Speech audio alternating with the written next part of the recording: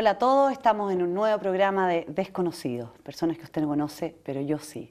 Hoy día tenemos un invitado especial, es un sacerdote. Yo estoy muy feliz de que pueda Cristian Borgoño estar aquí con nosotros.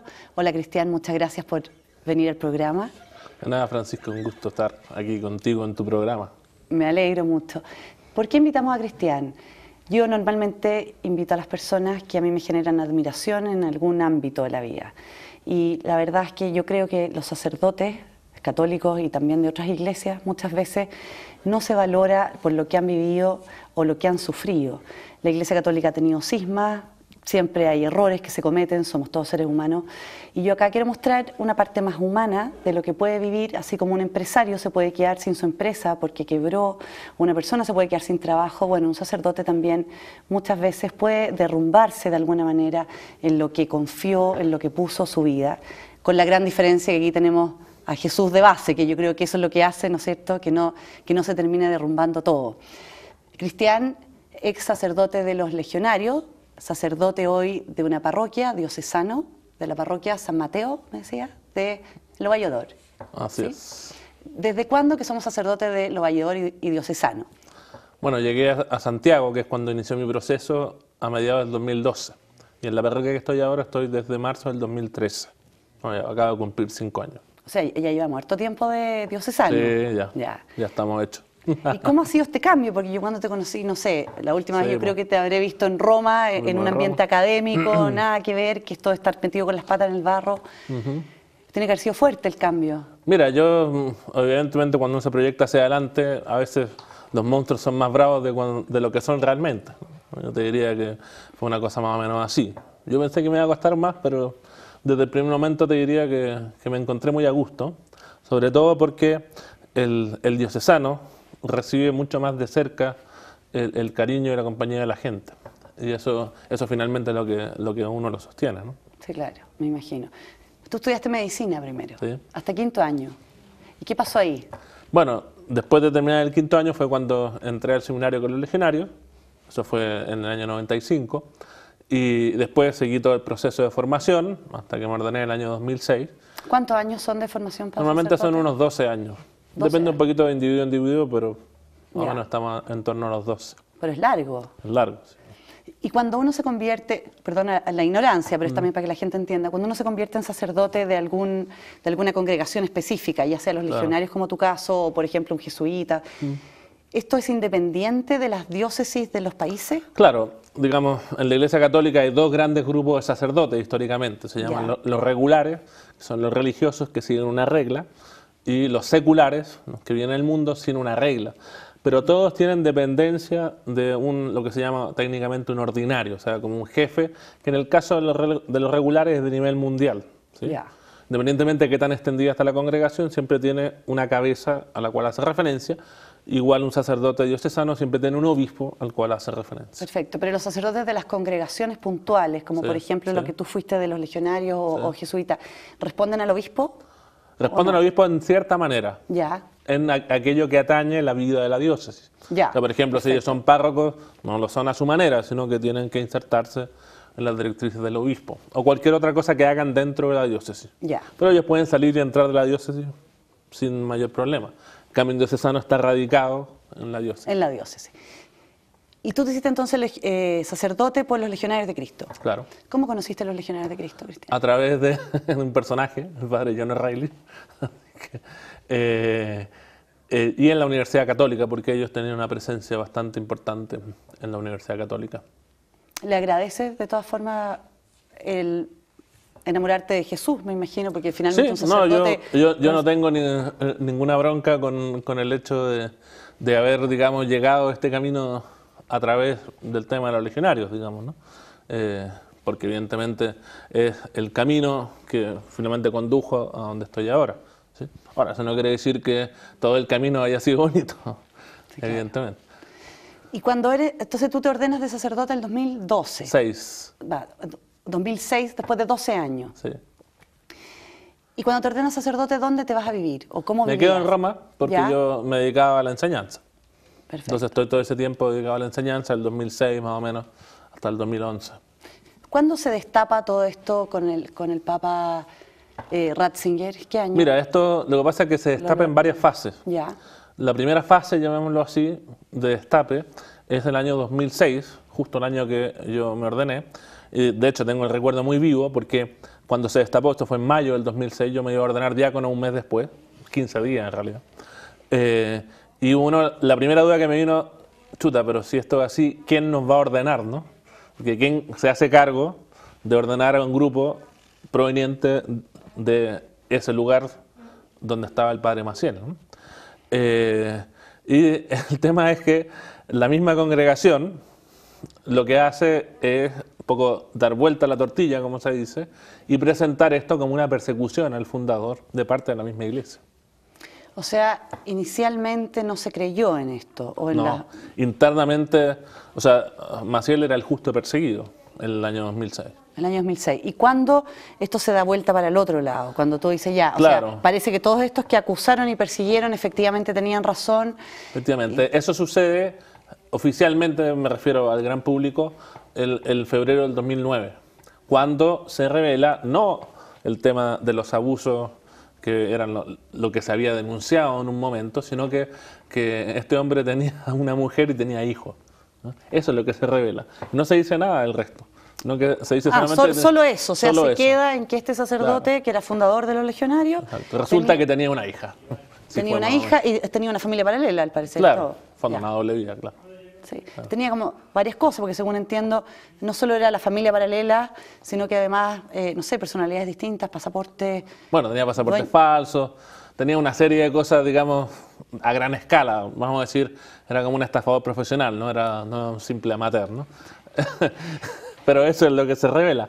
Eso es lo que se revela. Sin decir nada. ¿Y dentro de los legionarios se revela lo mismo o esto es como distinto, lo que se muestra hacia afuera que lo que se muestra hacia adentro? Lo que se muestra, es decir, hacia adentro se muestra inicialmente el tema de la hija, pero claro, toda persona con un mínimo sentido crítico dice, bueno, si tenía una hija, entonces lo otro también era cierto, ¿no?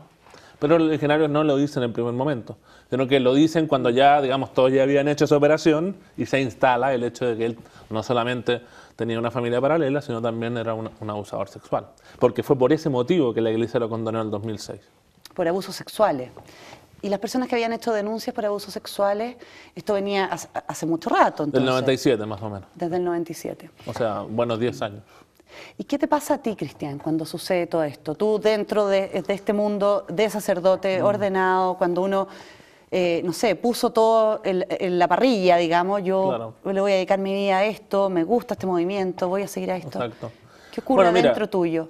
Todos, en un cierto modo, un poco tú lo decías al inicio, ¿no? Hay, en cierto modo, una distinción entre Jesús y la Iglesia, ¿no? Del mismo modo, hay una distinción entre el fundador y lo que funda, a pesar de que están muy relacionados. Entonces, la primera operación que uno hace es decir, bueno, el fundador es así, digo, qué lata, qué pena, qué desastre, pero, digamos, construyamos en donde nosotros estamos y que nosotros valoramos también. Solamente en un segundo momento viene la operación también lógica de decir, bueno, si el fundador era así, veamos dónde están los problemas dentro, ¿no? Claro. Pero eso viene en un segundo momento. Un segundo momento. O sea, primero existe una actitud bastante positiva, creo yo, porque yo creo que la sensación... Yo creo que eso fue bastante general. La sensación de pena tiene que haber sido profunda, el dolor para la gente que estaba ahí. Eso, no... en mi caso personal, yo no tenía ningún apego afectivo a la figura de Maciel. Otras personas sí, pero todos se lo conocieron más, o sí para ellos era una figura inspiradora muy grande. Para mí nunca fue una figura inspiradora demasiado grande, parte porque yo lo conocí, tenía más años, entonces ya en el fondo estaba como jubilado, llamémoslo así, de lo que hacía normalmente. Perfecto. ¿No? O sea, para ti no fue tan fuerte esto que el fundador se cayera. No fue el problema principal. Como yo creo que para casi nadie. El problema principal para la mayoría de nosotros, que fue la que determinó que finalmente una buena tercera parte saliera fuera de la congregación, es... Claro, porque algo pasa que finalmente tú decides irte de los legionarios, porque si uno dice, el fundador, ok, es de este perfil, se equivocó en esto otro, pero nosotros que somos los que estamos fundados, digamos, funcionamos todos parecidos, todos igual y seguimos una línea, no veo por qué salirse. El punto es básicamente esto, es que cuando tú te das cuenta de los vicios del fundador, tú comienzas a percibir los vicios que de él, de una manera u otra, no exactamente, ¿no? Porque no es que todos tenían familia, ni eran abusadores, evidentemente, ¿no? Pero como ciertos vicios estaban radicados y que para nosotros eran invisibles. Porque yo te digo sinceramente, yo cuando entré, y buena parte de mi periodo, uno decía, bueno, esta cosa quizás podría ser de otra manera, o como que me hace un poquito de ruido, pero la respuesta exterior e interior era, bueno, si el fundador tiene el Espíritu Santo, por algo será así, ¿no? Claro. ¿Qué cosas, por ejemplo, te hacían ruido? Por ejemplo, todo el tema de lo que podríamos llamar cosas de buena vida, ¿no? O sea, Maciel se movía en autos de lujo, comía cosas especiales, o sea, él tenía periodos de esparcimiento más grandes que los que en el común de los legionarios, o sea, tenía como una vida ad hoc. Eso se sabía. Sí, eso era ampliamente conocido. Claro.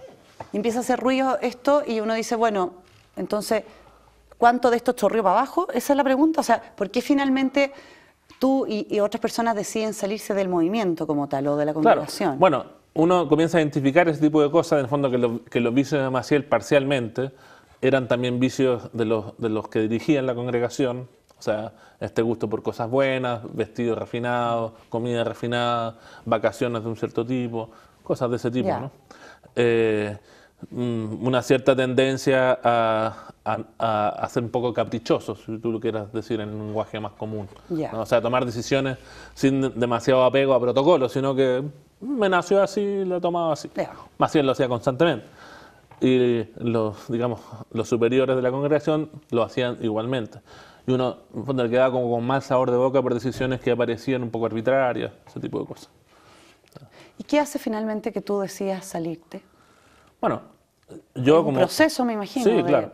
Pues yo como muchos otros, inicialmente no teníamos esa intención. Yo te diría que de la tercera parte que salió de la Legión, como máximo una tercera parte de esa tercera parte, fueron los que en primer momento dijeron, bueno, Maciel era así, nos vamos porque esto no tiene arreglo. Ya. Una parte minoritaria. La parte más mayoritaria en diferentes etapas decide, no, ok, Maciel era un desastre, nosotros tratemos de que esta cosa valga la pena para quedarnos dentro, o en un lugar que valga la pena, ¿no? Entonces comenzamos, llamémoslo así, una especie de proceso de lucha por reforma, llamémoslo así como los pingüinos que salen a la calle y tal y cual.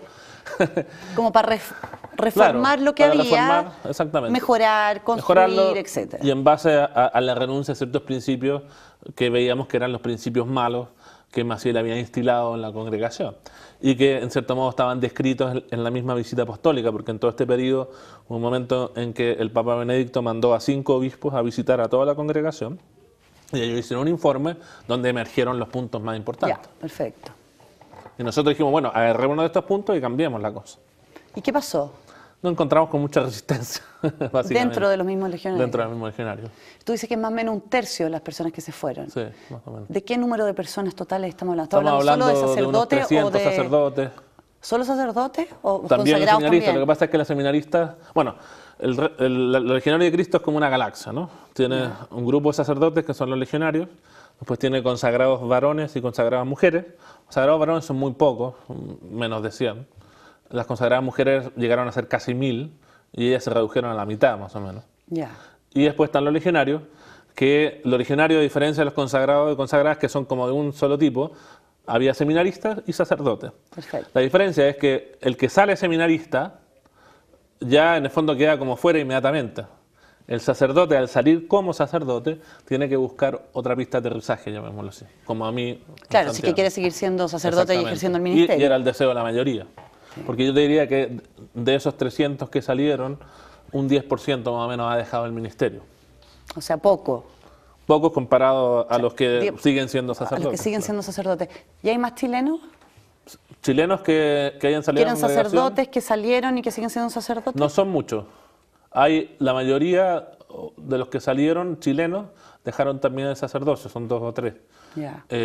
Y hasta donde yo sé, sacerdotes que hayan dejado a la legión chileno y sean sacerdotes no legionarios, yo soy un caso único. Sí, es que por eso me llama la atención, porque yo creo que es muy fuerte, es muy potente y la desilusión quizás es muy profunda. Entonces, lo que yo admiro, y que por eso te invité al programa, es que saliendo de ahí con toda la mentira que hubo, porque finalmente se les mintió de alguna manera, no es que se haya mentido el mensaje de Cristo, no, pero la forma en que se estaba entregando, ¿qué hace que tú sigas siendo sacerdote? Bueno, yo creo que todos hacemos un proceso más o menos como este, que estoy simplificando, ¿no? Decir, bueno, a ver, los legionarios, bueno, eso no vale mucho. Después, la legión no es solamente un problema de la legión, es un problema también de la Iglesia, que en cierto modo explica por qué existen este tipo de situaciones, ¿no? Exacto, o sea, esto existe porque la Iglesia, como Iglesia Católica, lo permite de alguna forma, o sea, le da espacio para que esto ocurra. Tiene sus propias debilidades, enfermedades, como lo queramos decir. Claro. Aunque nadie quiere que ocurra, pero la cosa ocurre. Exactamente. Y a veces por ciertas estructuras que hay que reformar. Un poco lo que está pasando en la Iglesia chilena a propósito de la carta que envió el Papa, ¿no? Entonces uno dice, bueno, ya, ok, la Iglesia tampoco es perfecta, pero eso no es mi problema. Uno dice, ya, ¿a quién le he entregado yo la vida? Yo se la he entregado al Señor Jesús, ¿no? Entonces, bueno, yo a partir de ahí voy a construir. Y uno se da cuenta, porque somos católicos, ¿no? Sí. La importancia de la Iglesia más allá de su forma jerárquica, llamémoslo así, de su forma institucional, sino que lo significa la Iglesia como comunidad de creyentes que te conecta con Jesús a través de los evangelios, que son producto de la Iglesia, y a través de su propia vida, que es, digamos, la vida de imitación de Jesús que viven los católicos de a pie. Entonces, esos son como tus cimientos fuertes sobre los cuales después se construye. Y vas buscando tu nueva identidad, llamémoslo así. Hay que tener mucha fe para mantenerse ahí. Bueno, es que uno entrega la vida por fe, no la entrega por otras razones, ¿no? Porque en el fondo está dado del inicio. Yo me estoy imaginando que si uno no creyera realmente en el mensaje de Cristo, o sea, claro. Bueno, de partida, me imagino que la gente no se hace sacerdote si no cree en eso, me imagino, parte de esa base. Claro. Pero no es fácil, fíjate, no es fácil, porque yo creo que a veces los católicos, yo soy católica, damos por hecho que para el sacerdote es algo obvio. Y quizás no es obvio, porque yo creo que las dudas, los cuestionamientos en situaciones así, de crisis grave, aparecen con más facilidad en el fondo. ¿Esto será realmente de Dios o de dónde viene esto? Bueno, yo creo que sobre eso no hay muchas dudas, por lo menos no en mi caso, en el sentido de que tú vas conociendo, uno, el mensaje del Evangelio, otra, la veracidad de la persona de Jesús, ¿sí? Que más allá de que está documentada por fuentes que no son católicas, etcétera, pero la resurrección finalmente es la gran, no voy a decir prueba porque nadie la ha tocado, pero sí el gran fundamento de que tú estás siguiendo a Dios, ¿no? Por eso dice San Pablo que si Cristo no hubiera resucitado, vana sería nuestra fe. Que estaríamos siguiendo a una muy buena persona, quizás, Jesús, sabio, iluminado, buena gente, pero ese no es Dios. Pero no con la connotación de Dios, exactamente. Claro. ¿Cómo ves tú los legionarios hoy? Porque tú sigues en contacto con los legionarios. Tengo un contacto más bien, digamos así, investigativo, si tú quieres. Ya. En el sentido que me interesa lo que les pasa, lo sigo de cerca, porque obviamente tengo amigos que todavía están dentro, y no es solamente la legión, sino que la legión tiene una presencia dentro de la iglesia y tiene una influencia dentro de la iglesia, y esa influencia puede ser positiva o negativa, ¿sí? Claro. Entonces, precisamente de lo que se trata es que se transforme en una influencia positiva, ¿sí? Y ahí es donde está quizás mayormente el problema, que básicamente se puede decir que el proceso de renovación que la iglesia quiso para la legión no se ha llevado a cabo por una tendencia, llamémoslo así, de retorno a decir, las prácticas del tiempo de Maciel, básicamente. Pero cuando te refieres a las prácticas de Maciel, ¿incluye los abusos sexuales? No, sino que prácticas de... Nadie va a decir, no sé yo si los hay, porque los hay en todos lados, eso no sería un elemento específico de la legión, ¿no? Pero sí, puede suceder en todas partes. Claro, pero para tratar de limitar la situación, tiene que ver con situaciones, por ejemplo, de la opacidad administrativa, de abusos de poder, de también pero también manipulación de la conciencia y sobre todo de un concepto muy autorreferente de la institución. Es decir, todo lo que estábamos en la institución, poníamos en primer lugar la institución y después venía todo lo demás, iglesia incluida. Y eso no se ha perdido, todavía hay mucha autorreferencia. Y eso en el fondo es lo que impide... Como una especie de narcisismo institucional, una cosa así. Quieres, sí. Ya. ¿Cómo te gustaría a ti ver a los Legionarios de Cristo en 5 años más? ¿O qué te gustaría que ocurriera? Así que Mira, que tú dijeras, el único camino posible para mí, ¿ya? y esto por un principio teológico, Ya. es el siguiente. Yo creo, esta es mi convicción, que Dios no inspiró nada a Marcial Maciel.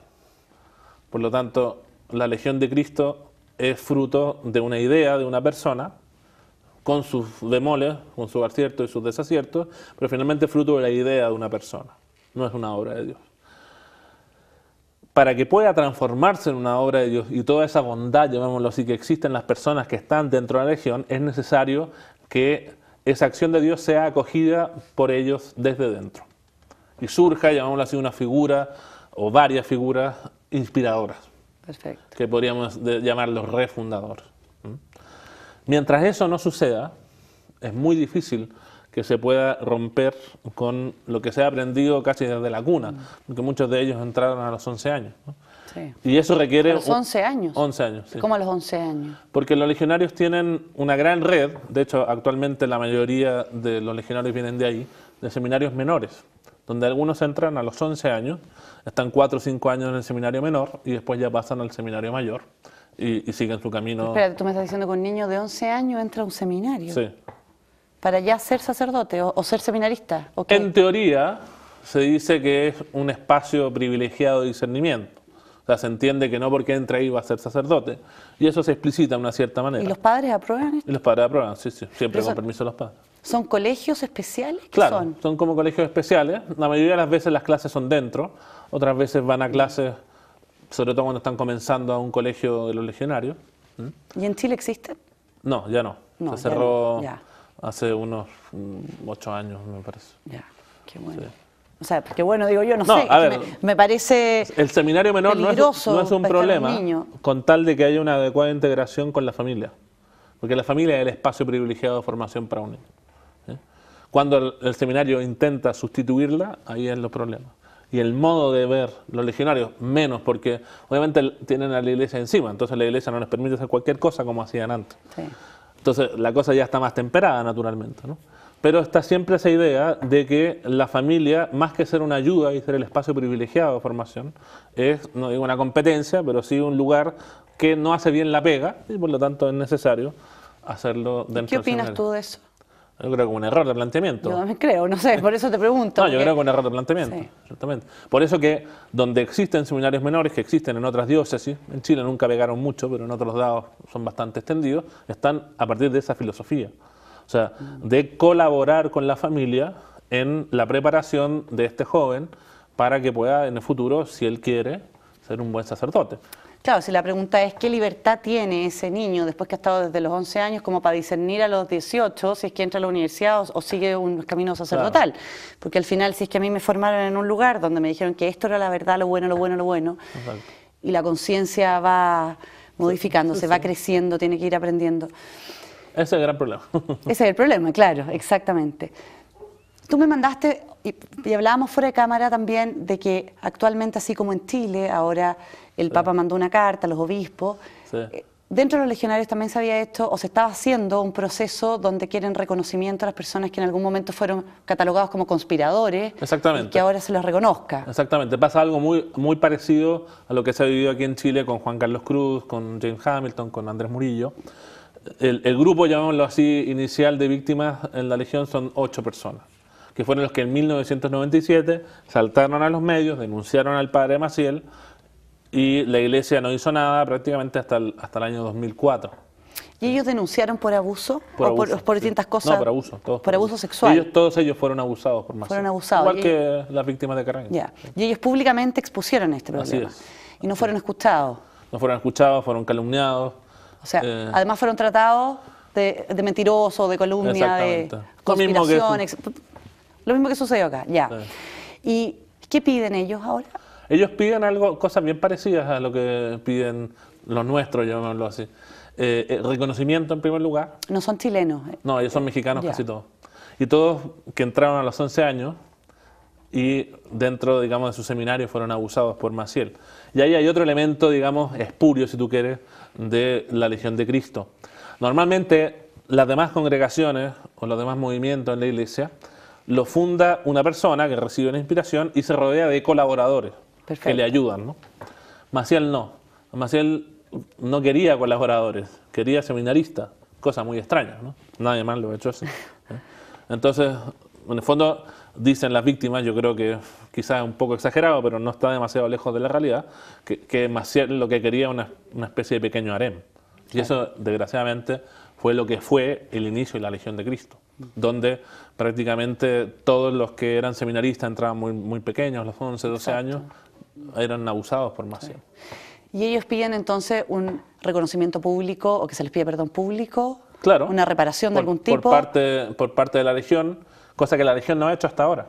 De hecho, la Legión en este minuto estuvo reunida en capítulo general de los legionarios, ahora está en la Asamblea General de todo el gran movimiento, y ellos hicieron esta petición al capítulo general de los legionarios de recibir reconocimiento.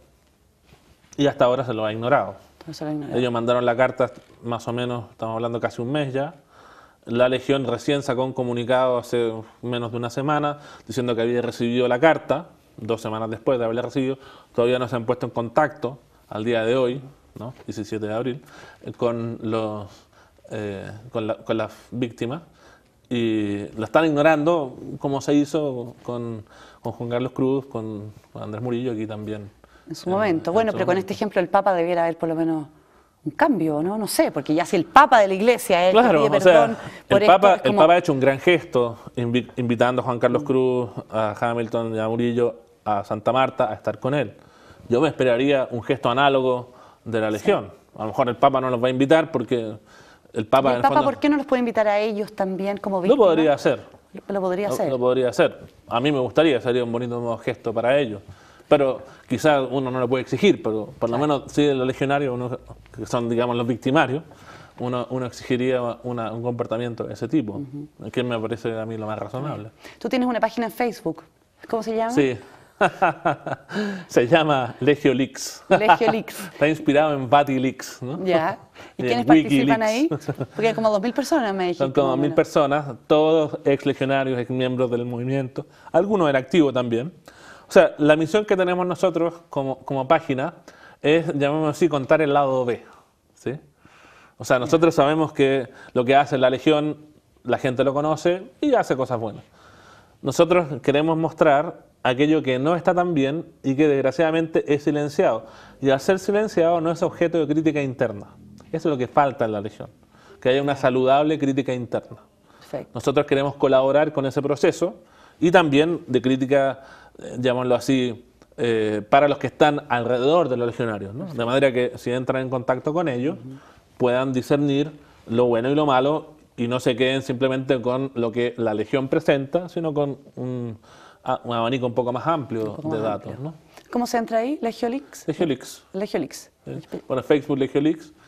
Lo que está ahí es público, si tú quieres opinar tienes que hacerte miembro. Perfecto. Si no, puedes ver sin opinar todo lo que quieras, porque nos interesa que la información llegue a la mayor cantidad de personas. O sea, nosotros partimos de la base que lo que vamos a decir ahí no son cosas buenas, ¿sí? No es una página de alabanza a la Legión, e incluso hasta podríamos decir ni siquiera de una visión, digamos, equilibrada, en el sentido que muestra lo bueno y lo malo. Porque hay gente que ha sufrido, además. Sí, pero no tanto por eso. Ya. También hay. Los que participan y están muy dañados también lo expresan. Y nosotros queremos máxima libertad. Pero sobre todo porque la Legión tiene sus propias páginas institucionales. Si uno quiere saber lo bueno que la Legión hace, mire las páginas de la Legión y ahí conoce lo que la Legión hace, sus universidades, sus colegios. Demos por bueno que hacen cosas buenas también, ¿no? Nosotros queremos mostrar lo que no se ve y que sobre todo se silencia, porque eso es lo preocupante. Claro. Lo preocupante no es que haya cosas malas, cosas más malas va a haber en todos lados. Van a haber siempre van a haber errores, el tema es taparlo. El tema es taparlo. Sí. Nosotros queremos que no esté tapado. Eso es. Cristian, muchas gracias por estar con nosotros aquí en el programa, te agradezco de verdad que hayas venido. Me encanta que sigas siendo sacerdote porque yo soy católica, así es que yo valoro muchísimo que a pesar de todo lo que ha vivido los Legionarios de Cristo y que tú participaste dentro de este proceso, en el fondo estando adentro, Dios te mantenga en el sacerdocio, porque me imagino que, sí, me imagino que en tu parroquia debe haber mucha gente muy feliz de tenerte ahí.